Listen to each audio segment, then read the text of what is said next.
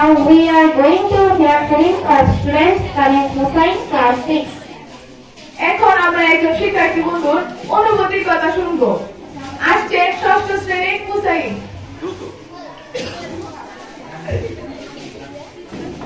বিসমিল্লাহির রহমানির রহিম।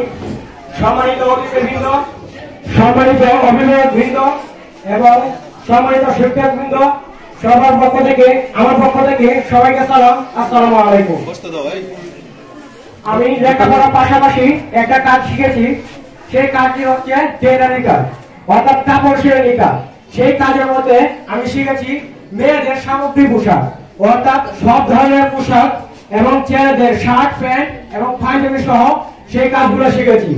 সেই কাজগুলো শিখতে আমার কোনো রকম অসুবিধা হয় নাই এবং আমি সুন্দরভাবে লেখাপড়া করে তারপরে সেই কাজগুলো শিখেছি। তার মধ্যে আশা আমার অনেক বড় একজন ফ্রেন্ড, মানে বন্ধু। সে আমার সেই কাজটা করতে এবং শিখতে সে সহযোগিতা করেছে এবং আমি যদি বাইরে কোচিং করতাম তাহলে আমার অনেক টাকা দিতে হতো।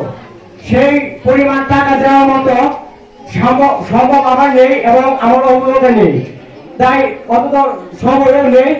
তাই আশাকে অনেক ধন্যবাদ যে কাজ লেখাপড়া কোনোদিন কাজকে আটকে রাখে না, আর কাজ কোনোদিন লেখাপড়াকে আটকাতে পারে না, সেই সাক্ষী আমি হুসাইন দিচ্ছি। সেজন্য বলতে চাই সকল অভিভাবকদের কাছে অনুরোধ যে আপনাদের সন্তানকে একটা কাজ শিখা, যাতে আগামীকাল যেন সে কোনো বাধা সৃষ্টি না হয়, সে কোনো বিপদের সঙ্গী না হয়, সে কোনো বিপদের সম্মুখীন যেন না হয়, সে সুন্দরভাবে জীবনযাপন করতে পারে।